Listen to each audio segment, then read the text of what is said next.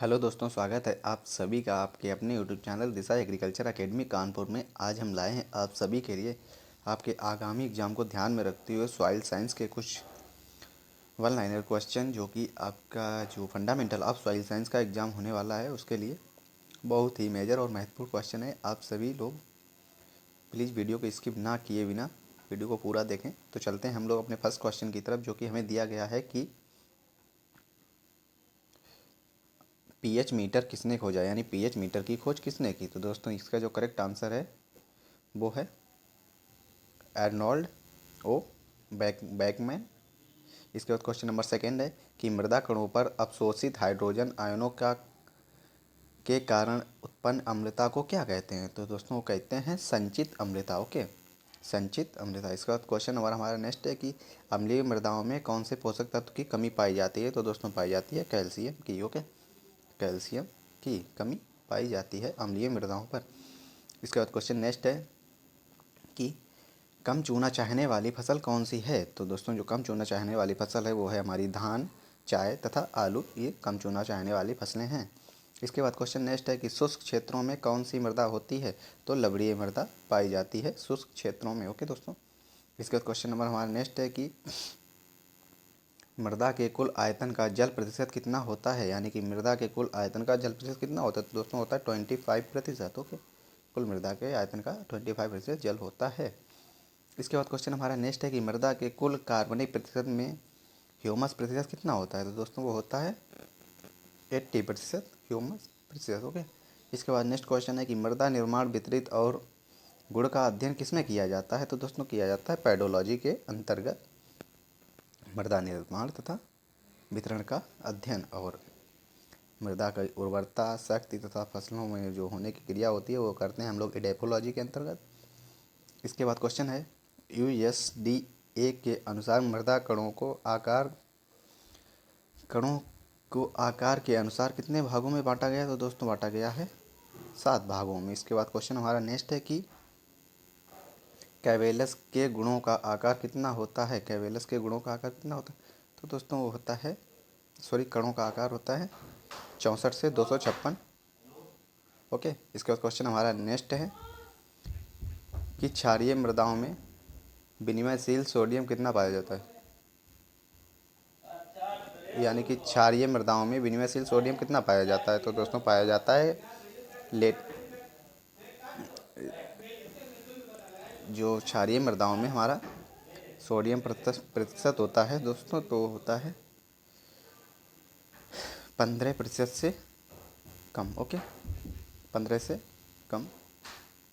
Okay, इसके बाद question number next है हमारा कि कौन सी प्रकार की मृदाओं को यांत्रिक विधियों द्वारा सुधारा जा सकता है। तो दोस्तों वो होती हैं रोइली भूमि को यांत्रिक विधियों द्वारा सुधारा जा सकता है। इसके बाद क्वेश्चन नंबर नेक्स्ट है कि क्षारीय मृदाओं के सुधार के लिए कौन सी मृदा सुधारक का प्रयोग करते हैं, यानी कि क्षारीय को सुधारने के लिए किसका प्रयोग करते हैं। तो दोस्तों क्षारीय को सुधारने के लिए करते हैं हम लोग जिप्सम का प्रयोग,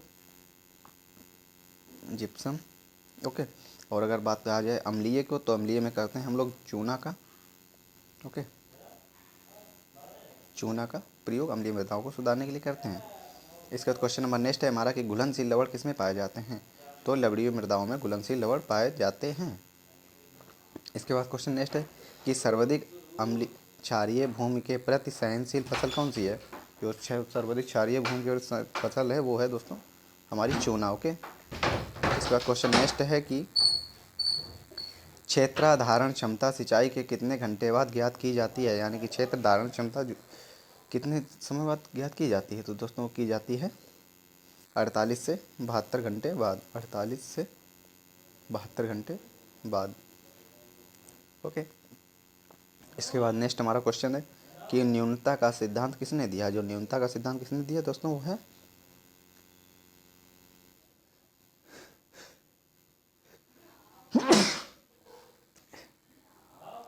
तो दोस्तों जो न्यूनता का सिद्धांत दिया है वो दिया है लेविन ने। ओके, वेग ने।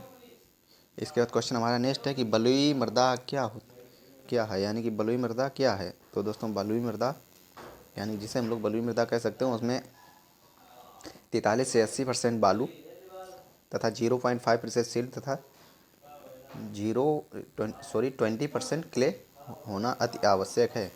यानी कि 43 से 80 बालू, 43 से 80 बालू, 50% सिल्ट और इसके बाद में 20% क्ले। ओके, इनके मिश्रण को हम लोग बालू कह सकते हैं। इसके बाद क्वेश्चन नंबर नेक्स्ट। हाँ तो दोस्तों, हमारा जो नेक्स्ट क्वेश्चन है कि खेती की दृष्टि से कौन सी मृदा संरचना सबसे उपयुक्त मानी जाती है। तो दोस्तों वो मानी जाती है क्रोम्बी संरचना, यानी कि क्रोम्बी संरचना सबसे उपयुक्त मानी जाती है, क्रैम्बी संरचना। ओके दोस्तों, इसके बाद चलते हैं क्वेश्चन नंबर नेक्स्ट पे कि सर्वाधिक ECEC किस में होती है। तो वो होती है कोलाइट्स में, सर्वाधिक ECE। इसके बाद में नेक्स्ट है मृदा का कण घनत्व कितना होता है। तो दोस्तों वो होता है 2.65 ग्राम पर सेंटीमीटर स्क्वायर मृदा का कण घनत्व होता है। इसके बाद क्वेश्चन नंबर नेक्स्ट है हमारा कि कार्बनिक पदार्थ मिलने पर स्थूल घनत्व कितना हो, स्थूल घनत्व पर क्या प्रभाव पड़ता है। तो दोस्तों वो होता है स्थूल घनत्व कम हो जाता है। ओके, इसका क्वेश्चन हमारा नेक्स्ट है कि सिल्ट दोमट मृदा क्या है, यानी कि जो सिल्ट दोमट मृदा है क्या है। तो दोस्तों जो है इसमें सिल्ट दोमट मृदा में 0 से 50% बालू, ओके, और 50 से 88% क्ले, इसके बाद में 0 से 27% जो है कि ये क्ले होनी चाहिए, यानी कि 0 से 50% बालू, 50 से 88% सिल्ट तथा 0 से 27% क्ले होना अति आवश्यक है। इसके बाद चलते हैं क्वेश्चन नंबर नेक्स्ट पे, जो कि हमारा है कि मृदा में सीमेंट एजेंट कौन सा है, यानी कि मृदा में जो सीमेंट एजेंट है वो कौन सा है।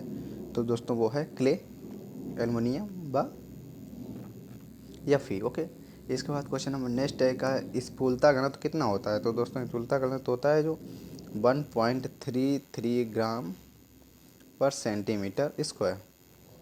ओके दोस्तों, आप सभी लोग इस चैनल को लाइक शेयर तथा सब्सक्राइब जरूर करते रहें और 100 क्वेश्चन की सीरीज देखने के लिए आप लोग हमारा जो नेक्स्ट चैनल है TS एग्री एकेडमी पर जाकर देख सकते हैं सॉइल साइंस के top 100 question. Okay, soil science के टॉप 100 क्वेश्चन देखने के लिए TS एग्री एकेडमी पर जाकर आप लोग देख सकते हैं। इसके बाद क्वेश्चन नंबर हमारा नेक्स्ट है कि बालू में रंध्रता प्रतिशत कितना होता है। तो दोस्तों वो होता है 40%। बालू में जो हमारा रंध्रता प्रतिशत होता है 40%। इसके बाद क्वेश्चन नंबर हमारा नेक्स्ट है कि क्ले में रंध्रता प्रतिशत कितना होता है। तो दोस्तों वो होता है 58%। ओके, क्ले में 58%, बालू में 40%। रंग के गहरे हल्के होने का परावर्तन किसको दर्शाता है। तो वो दोस्तों दर्शाता है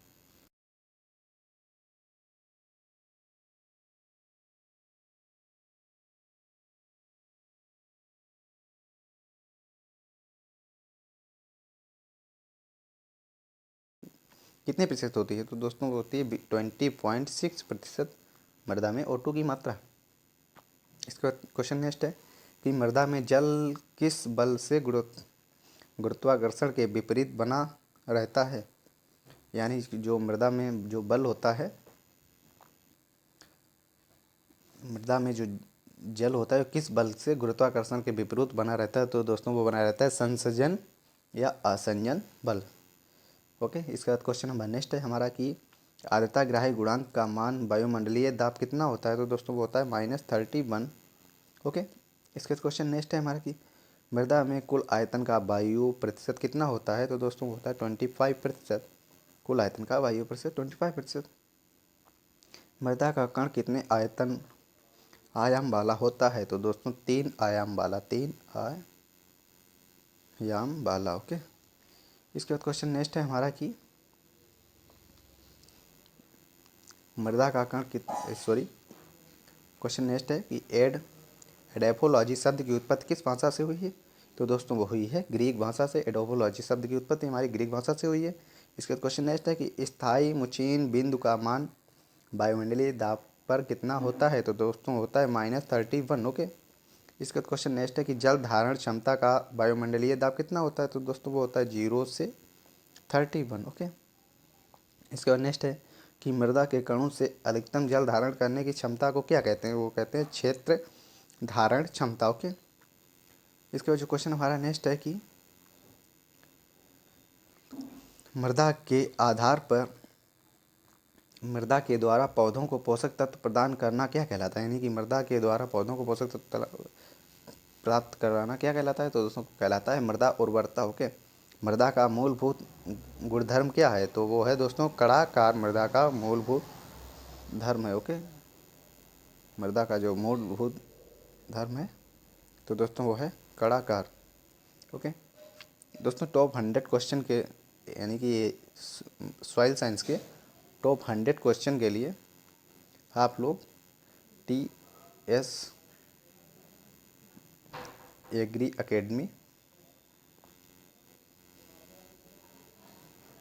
एकेडमी पर जाकर देख सकते हैं। तो दोस्तों आज के लिए बस इतना ही और हम लोग मिलते हैं अपने नेक्स्ट वीडियो पर। So thanks for watching. Okay दोस्तों, तो इस चैनल को लाइक से सब्सक्राइब जरूर करते हैं। Best of luck.